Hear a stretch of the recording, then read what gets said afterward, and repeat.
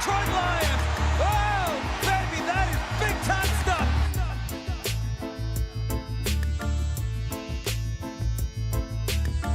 Touchdown, touchdown, touchdown, Detroit Lions. Oh, baby, baby, baby, baby, baby, baby. Yes. What is going on, everybody? It's your boy Nick Harkson over here on Touchdown Detroit Lions on Syndicate Sports Detroit. Of course, how are we feeling today? It's Victory Tuesday, as you know. The Lions just pulled off a miracle. What a crazy Sunday night football game. We'll get into it. We'll get into all that. Say what's up once you're in here, and we'll get this thing rolling.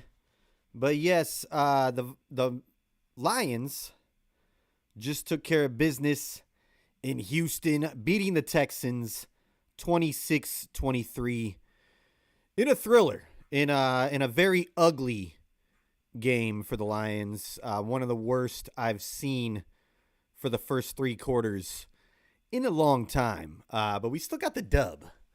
We still got that dub, so that's all that matters. A win is a win. They're hard to come by in this league. Never going to be easy. You know, we have had a few easy wins this year, so we were getting kind of used to that. But I think, we did a great job of staying in the game, staying focused.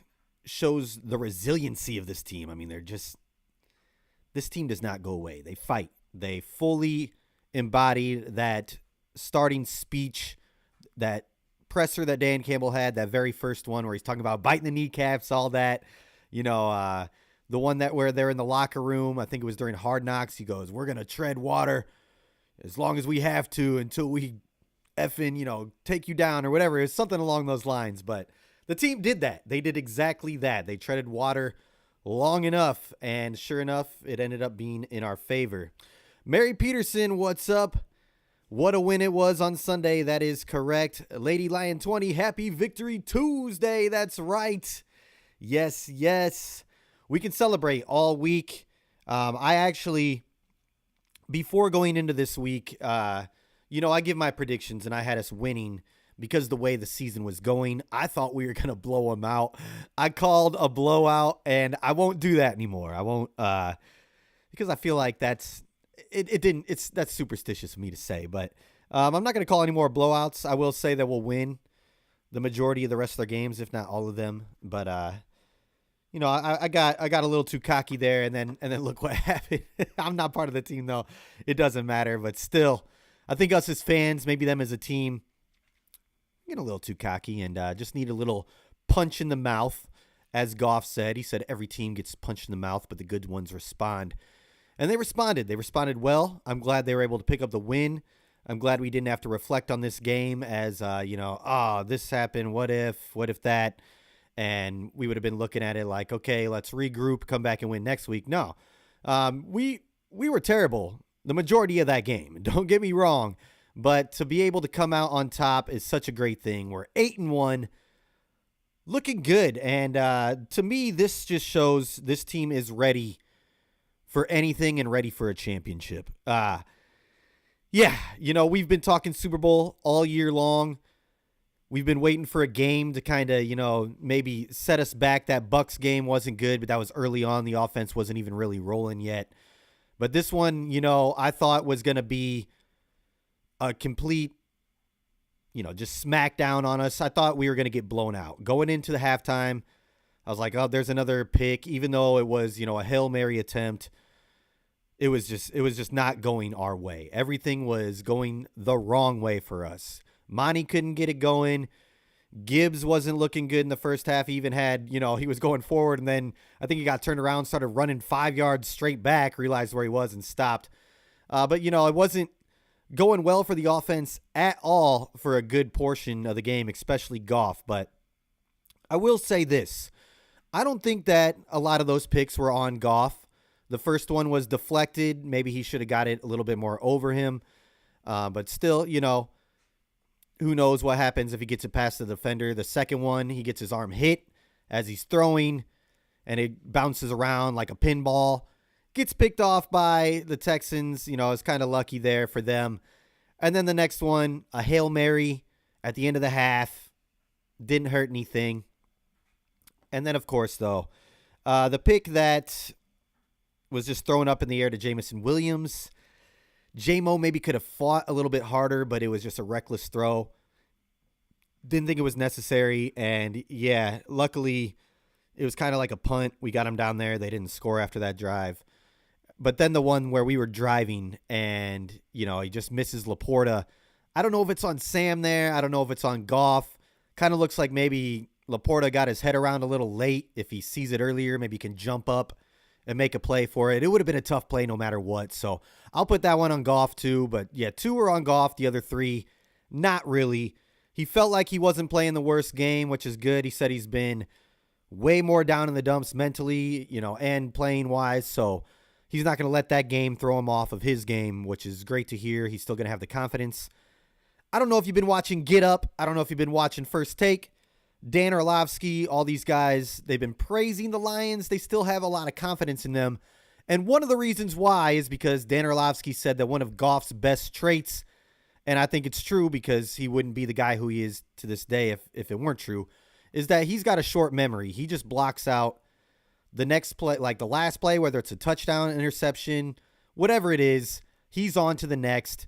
It's out of there like that. I mean, obviously he's going to remember it after the game, but he moves on. He's the same guy. He stays, same demeanor, cool and confident, no matter what. And I'm glad that they kept firing with him. They didn't lose confidence in him because we got to keep Goff and the confidence train rolling. Now, every single year, I said it last year, I said it the year before, Goff will have a few games throughout the season, usually in a row, where he does this, where he just has some atrocious outings, where he's turning the ball over like crazy. I think you remember that Bears game last year? That was bad. The next few weeks weren't that good either. So hopefully he snaps out of it. We're back to normal. It did seem like he was fine in the fourth quarter. We were driving.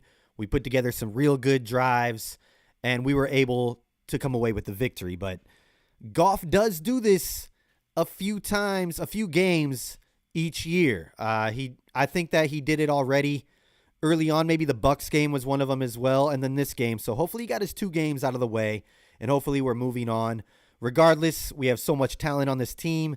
And our upcoming opponents, I think we can, we're not going to need to rely on Goff's arm as much maybe as we needed to this past game because the Texans defense, they knew what they needed to do. They needed to come out and stop the run, and they did a very good job of that. Their linebacker, Aziz, was really shutting us down. So good on them. They knew what to do to us. But hopefully moving forward, at least the next few weeks, we can let Goff get back into his rhythm. We won't need to rely on him as much because we're going to be able to get back into our running game and who we are, our identity. Let's say what's a Lady Lion says, how do you think Skipper did? I feel like he did well, didn't allow a sack. Yeah, I mean, there were a few plays that I saw here and there where I was like, okay, it was like a few running plays. I was like, man, maybe if Decker's there, he gets to that guy quicker. But yeah, for the most part, I thought Skipper stepped up and did well. He did very good on special teams. He's already out there, but that last kick, I don't know if you saw the video that he posted on Instagram. That angle, it was just so much. It was just mass chaos, but it was of the kick where Jake Bates hit the game winner. And Skipper was out there. He's right next to Panay, and they each had to, they had 2-3 guys. They blocked him, but it was just so much chaos in that video. If you go and watch it, if you haven't, go check out Dan Skipper's Instagram and look at that video. It's insane. It's insane. It would be crazy to be on that special teams team for that play, but I'm glad they got the job done. But for the most part, yeah, I agree with you. I think Skipper did fine. Now, the guy on that strip set, or it wasn't a sack, it was the one where he got to his arm and then it ended up being an interception. I think that was on Skip. Could have been on Demo too, or whoever was out there pass blocking as the running back. I'd have to go back and watch that play specifically again. He didn't get counted for a sack, but I think that he was maybe to blame for that one. But other than that, to fill in at left tackle is that's huge. It takes a lot. That is one of the toughest positions. You're always usually going to go up against the best edge rusher that they got out there. Decker is one of the top-notch tackles, so it is no matter who you're throwing in there, unless you're moving Panay over to left, it's going to be a drop-off. But I thought that Skipper did handle it well, and yeah, I mean, we came away with the victory. I think he did what we wanted of him. He wasn't going to be perfect. I don't think anybody expected him to be perfect, but to not give up a sack is huge. Maybe you put that interception on him where the guy's getting to Goff's arm as he's throwing, but to answer your question, I think that Skipper did well. He's doesn't deserve a starting role after that for us, maybe somewhere else, but I like Dan on our team. I don't want to put that out there.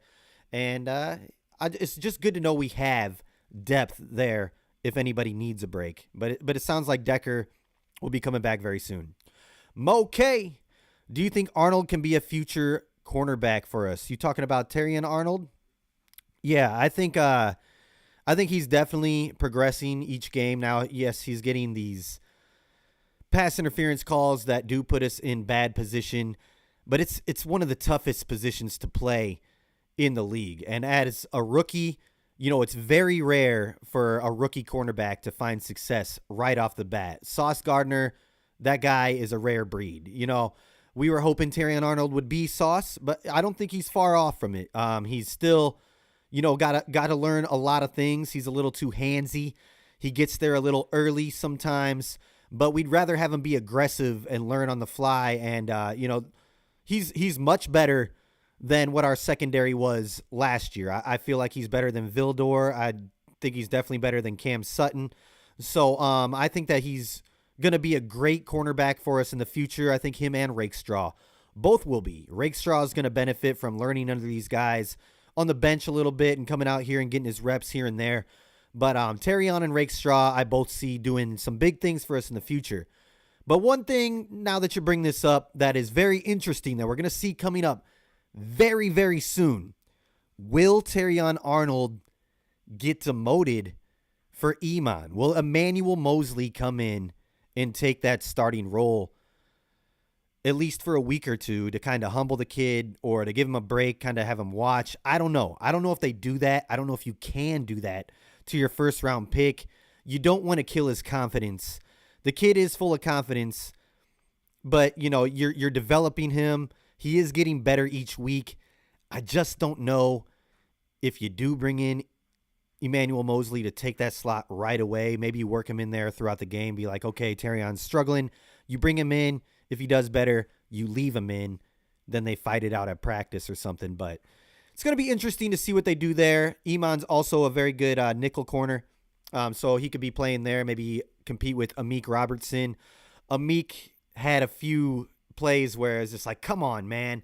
Especially on the 3rd and 16s, 3rd and 18s. He gave up 2 big plays on the same drive, I'm pretty sure.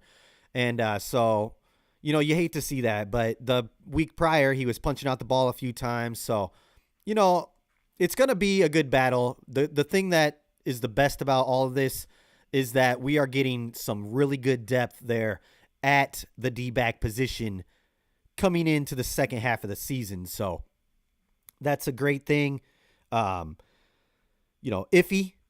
might be back this week too. They did bring them back. They brought them off of IR. They started practicing them. They just didn't play in this last game. So I'm thinking they're going to be ready to go this coming game against the Jaguars. But to answer your question, I think Terrion Arnold can definitely be a future great cornerback for us. He's just learning, putting a kid out there on an island for their first year, and the way that Aaron Glenn calls the defense, a ton of man. That is a lot to ask of a rookie, especially who he's already had to go and guard this year. He's faced some of the top receivers in the league in Godwin, Mike Evans in one game, Justin Jefferson. He's been on him a few times. So, he was guarding Tank Dell. Tank Dell's, he's one of the better receivers in the league. He's not their best. Nico Collins wasn't there. That hurt the Texans, and so did Stephon Diggs being gone. They had some injuries, but so did we, so no excuses. But I do think Terrion Arnold is going to develop to be a really good corner in this league. But how we feeling after that win? Jake Bates is a beast. Legatron, barely getting it in there 2 times, but as Dan Campbell said, as long as it's between the uprights, it's right down the middle to him, baby. Woo! Sorry for yelling in the mic, but yes. Whew, it was crazy. Now, when they were lining up to kick the game-winning kick, I was nervous, don't get me wrong, but I was like, all right, no matter what, we're going overtime. No matter what, we're going overtime. But come on, Jake, do this. You got cut from him. You got waived from him a few years ago. Let's do this for your people. And what did Legatron do? He did the damn thing, and he won it for us. A UFL legend, now becoming a Detroit legend.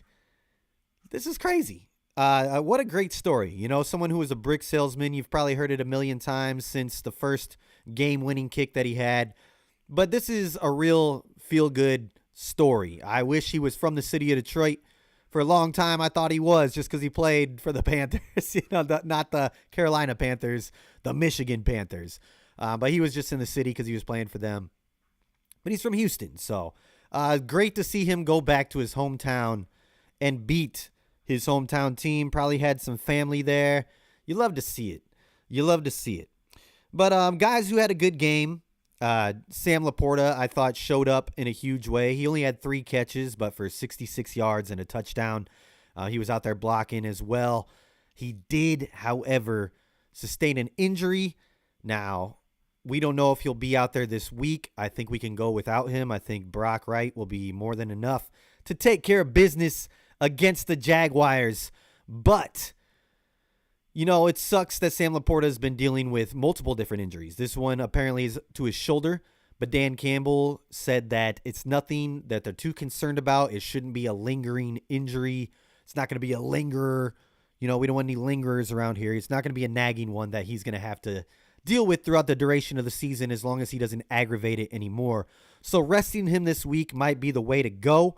We can win in a ton of different ways. We've proven it all year. And if we're going to do it any week, I think this is the week at home against the Jags team who, lackluster. They're just underperforming. Might be without Trevor Lawrence. We might be facing a Mac Jones Jags. And I think we're more than capable of beating them without Sam Laporta. Even though he's a huge piece, Brock Wright can handle that role as well. All right, we got some interesting facts, though, from the season and the game. But let me know any questions you got. Say any comments. Otherwise, this might be a shorter episode today. I went early today. I usually go at 5 p.m. Detroit, 4 p.m. Central, 2 p.m. West Coast. But today, I have to go work at the local college. Women's soccer is in playoffs, and I have to do the stats. And that is around the time that I usually go live. So I had to go a little bit earlier today.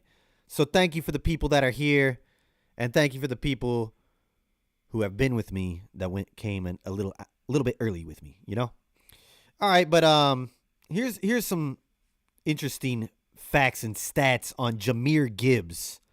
And this is from Detroit Lions PR. In 2024, Lions running back Jahmyr Gibbs ranks first in percentage of rushes gaining 10-plus yards. His average is 16.4. He's first in games with 5 rushing yards average. That's 7. He's first in games with 70 scrimmage yards as an average. That's 9 games. He's averaged 70 scrimmage yards. He's second in rushing average per rush, 5.9 yards per. Wow. Third in rush yards before contact. That's 3. He has 343 yards before contact. That says a lot to our line, and it also says a lot to his speed and agility. Then he's third in run stuff percentage with 5.7. Jahmyr Gibbs is that dude rocking his jersey. Let me grab this. He's that dude. Jahmyr Gibbs is that dude. Some other Lions news. Nothing that really has to impact the team. But if you're going to the Thanksgiving game, Shabuzi will be the halftime entertainment. If you don't know who Shabuzi is, he took that Jaquan song, Everybody in the Club Getting Tipsy, and turned it to Everybody in the Bar Getting Tipsy in a country version. But it was Jaquan first, just letting you know for you young heads who don't know about Jaquan and Everybody in the Club Getting Tipsy. That's where it came from. All right. Anyways, with the win over the Texans on Sunday, the Lions tied the single-season franchise record for consecutive wins with 7. They can break that record this Sunday with a win over the Jags. So, got to do that. Got to get that win. But I think that this win over the Texans, like I said earlier, solidifies us as the top team in the NFL. I know we got a loss and the Chiefs don't. And some people won't take the Lions over the Chiefs. Now, of course, I'm biased, but I'm taking the Lions over the Chiefs all day long if we were to play them right now, if we were to play them in the Super Bowl. I don't care. We got their number. Who's never lost to Mahomes? Goff's never lost to Mahomes. Yeah, that's right. We own you, big guy. So, all right, we got a few comments. Lady Lion, how much do you think Za'Darius Smith will play Sunday? He looks like he will be a great addition for the whole team. I think he's going to play a good amount. I think they're going to do, a few packages specifically where he can just, he's a great edge rusher. He's smart. I think he's going to be ready to go. He wanted to play this week. He was like, at least give me 10 plays. I know you maybe saw that post-game interview there on Sunday Night Football with everybody where he wanted to play, but Dan Campbell and them wanted him to rest because he didn't have a bye week. So I think that he's going to be focused. He's going to be zoned in, probably already been studying the playbook. He's a smart guy, and I think that he'll be ready to go and play a lot on Sunday. I think that, he's an overall edge. He's going to set that edge. He's great at doing that in the run game. And because I was watching a lot of his tape here and some of his recent tape as well with the Browns, and he's going to be that guy. He's going to be a piece that we've been missing. He will make a difference. It's not going to be a Hutchinson difference. No, slight at Za'Darius. No disrespect to him. I'm so glad he's on the team, but he's going to be a difference maker out there and make it so it's much more comfortable for Aaron Glenn to call certain plays. So I would expect that he gets, I'm not going to say 80% of the stats. I don't even know about 50, maybe like 45% of the snaps out there on the edge, rotating with other guys. No, a guy that stepped up a little bit who had a mishap on social media with him sitting on some Gatorade, supposedly. James Houston kind of stepped up this week. He was looking a lot better. He was putting some pressure on C.J. Stroud, and he had a very timely sack there on a 3rd and goal to hold him to a field goal. And, he still has that closing speed, which is great, but we saw him. They said he was going to be primarily just a pass rusher, but with the injuries to linebacker, he had to go back and play a little bit of linebacker and get into some coverage, and he did a fine job at it. On that sack that he had on C.J. Stroud, he was in coverage, and he took a risk, and he went down and got in that closing speed, got there in no time, and he got the play done. So I like to see James Houston progressing, stepping it up in that game.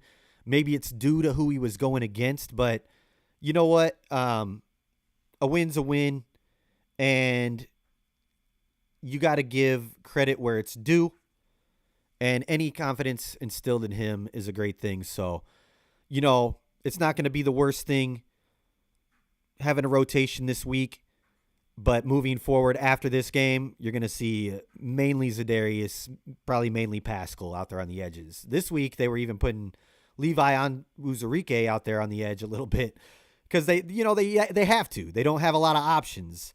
So this is going to help us big time, but I see him playing like 45 to 50% of the defensive snaps just because he's smart. I could be going way overboard there because I don't really know what's going on in practice. I don't know how complicated that playbook is. I don't know. He's never played with Aaron Glenn before.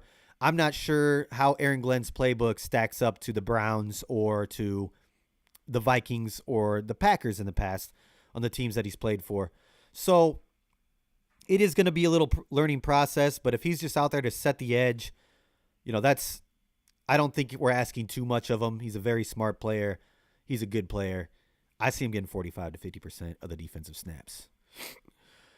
Okay, John Peterson, Lions win next 3 games, going 11-1, last 5 games tougher. All right, I agree with definitely the next 3 games are very winnable. Any game in the NFL is not given, but 2 out of the 3 are at home. We got the Jags, then we got the Colts on the road, which, don't sleep on the Colts. Their defense has been stepping it up, and you never know. You can't, that might, I'm not going to say it. None of these games are going to be a sleeper game. We're going to go in prepared. Dan Campbell does a great job of that. But I'm a little concerned about the Colts game. But I think that we win that one for sure. And then the Bears at home. Bears are going to give us their all, but revenge tours this year, baby. And we want to eat on Thanksgiving. And we ain't going to get embarrassed by the Bears on Thanksgiving. We're going to go out there and we're going to win that one. I think we take the Packers at home. They did beat us at home last year, but like I said, revenge tour. They're going to remember what they did to us. The Bills will be very tough, even though it's at home, but that's a great home field advantage game to have there. Bears on the road will be tough. Niners are getting better each week, will be tough. And then, of course, Minnesota at home to end it out. So, yeah, getting these next 3 is crucial to get to 11 wins. I think 11 wins puts us in the playoffs. I don't think 9 wins is going to put a team in the playoffs this year just because how competitive the NFC is. I think the worst team in right now is at 6-3, and that's the Packers. Or maybe it's the Commanders, one of the two. But still, very good teams. And usually 9 wins is enough for at least one team, maybe 2 teams to get in. I don't think so this year. I think it's going to take 10 wins for a team to get in. But we win these next 3. I think that locks us down for a playoff spot. Of course, we want to get that number 1 spot. We want to win the North. But as long as we get to that tournament, the playoffs, that's all that matters. We're just giving ourselves a shot there. And it's anybody's game at any time. And I feel like we can go and win anywhere with this team. But I do see us winning the North and hopefully finishing strong enough to get that number 1 spot. We're made for it. We're built for it. But, yeah, it's going to be tough. Last 5 games, probably the toughest stretch of the schedule. Of course, always. Luda. Wesley says, Pooper Houston. Yeah, I ain't gonna get on him too much. But if you've seen the picture, it doesn't look good. It doesn't look good. And he said, come on, man, I sat on a Gatorade bottle or sat on some Gatorade. It's not what it looked like. But you know what? Whatever it takes to get a sack and have a better game.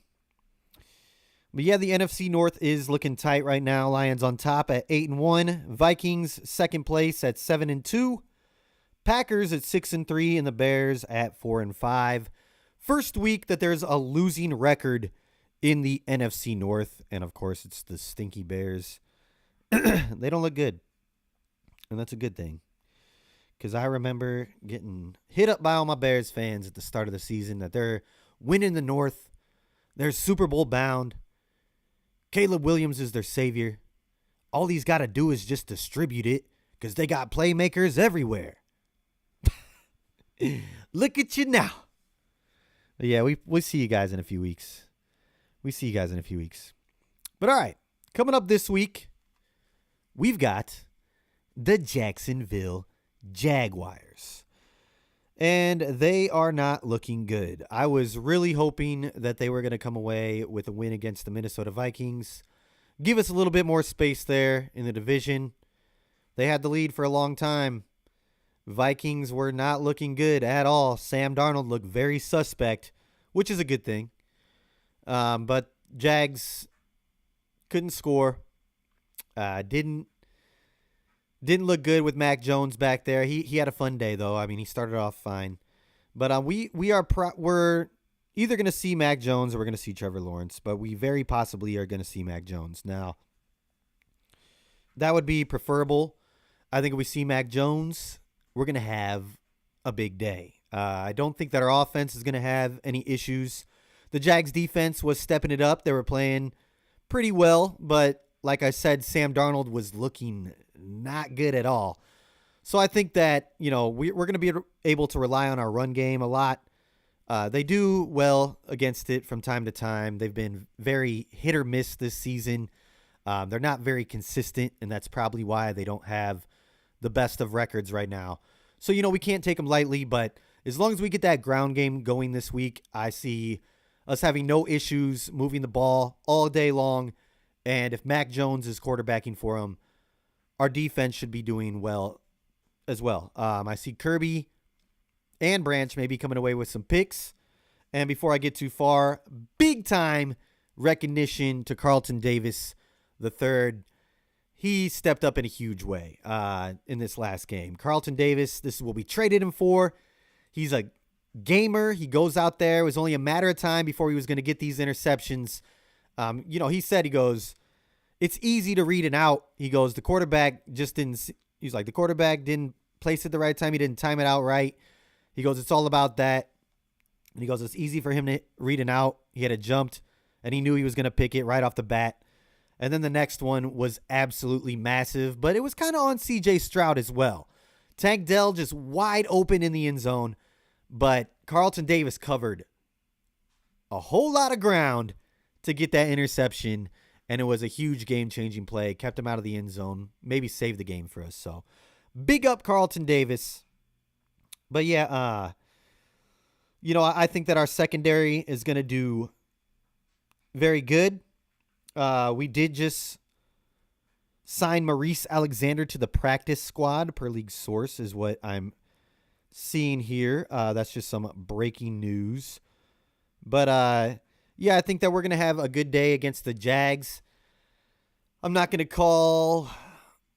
say, it's going to be easy. I think that there's going to be times where we struggle, as every game there is. But we're going to overcome it, and we will win this game 38-17. That is my score prediction. If you have a score prediction, let it be known in the comments, and we'll move on from there. But, this last week, I thought it was huge having Jameson Williams back. He made one of the most clutch catches of the game when he got absolutely annihilated there. Goff threw a duck. He got hit at the same time. All that mattered, though, is that Jamo held on. He did, I think he got the wind knocked out of him after that. He stayed down on the ground. But such a clutch catch. So you love to see that out of the kid. The first catch that he had, I thought he was going to drop it, but great concentration to reel that one back in there. But good to see Jamo back out there doing his thing. I think he'll be more of a factor as the season progresses, as he already was. But I just love the fact that we use different guys each week to win the game. This time, it was the defense in the second half who really stepped it up and allowed no points. I mean, that's incredible. Now, I have seen some people say that the defense is still underperforming, that they're still not a good defense, and this and that. And, I don't agree with that. Yes, we're giving up some early points, and that's the deal. The thing about this team is that we make adjustments, and they do a great job of it. Yes, first halves have been looking bad for our defense. Even the Titans game, we made Rudolph look like he was freaking Tom Brady out there. But then we snapped out of it, we got it together, and we shut them down. They didn't score any more points. Same thing happened here in the Texans game. They looked great, looked like they were going to blow us out of the water, but we shut them down second half. It's all about adjustments, and AG has been doing a great job of that this year. So just got to say, if you're flustered with the defense in the first half of the game, hang tight. They've been better in the second halves, which is good because last year it seemed like the third quarter for us was the struggle. We'd score a bunch of points, we'd hold teams. Then in the third quarter, we'd forget how to play defense and offense. We wouldn't score, and we'd give up a ton.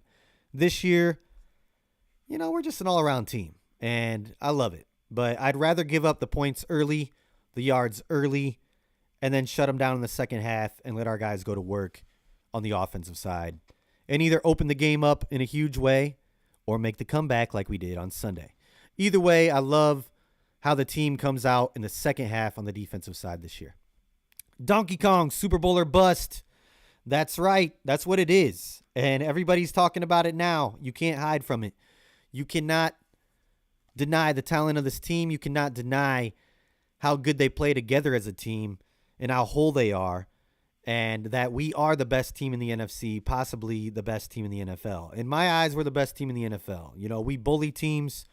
We've come back from more adversity. You know, we just fight.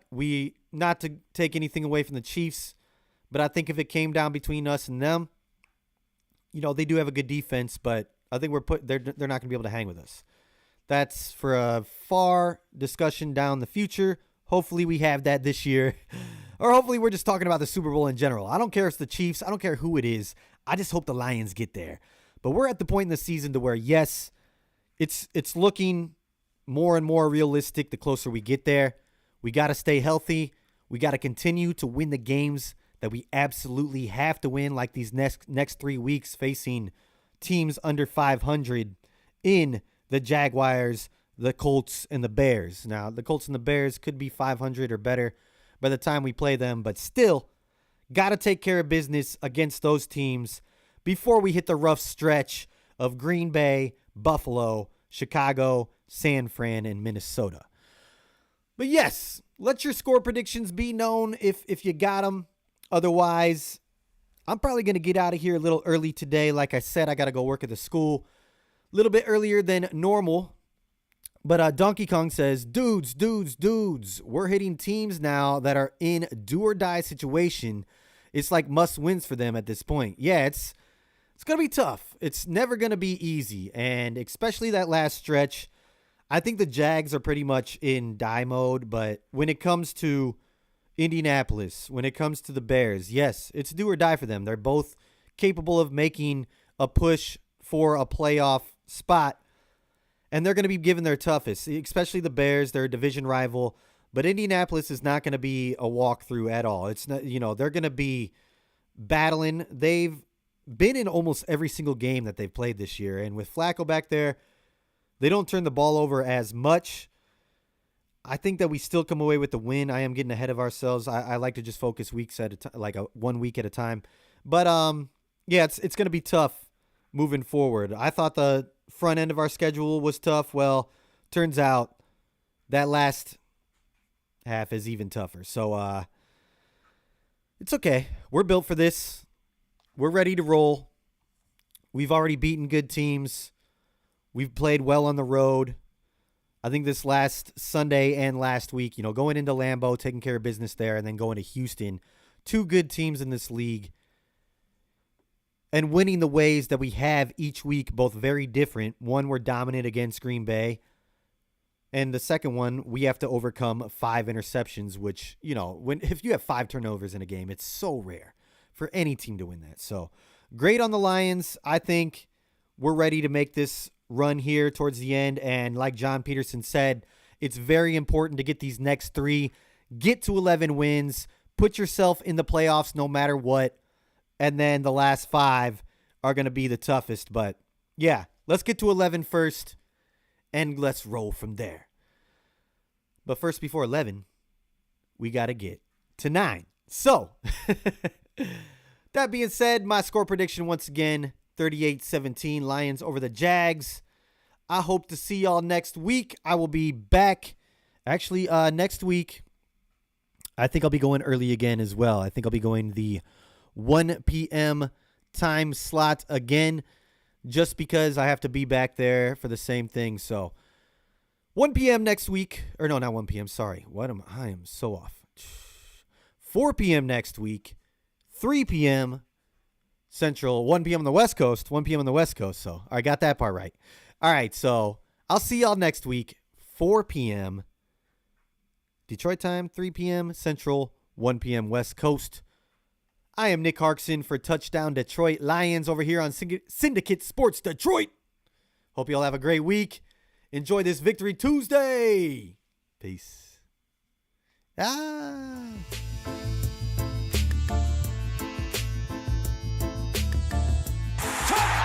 Detroit line.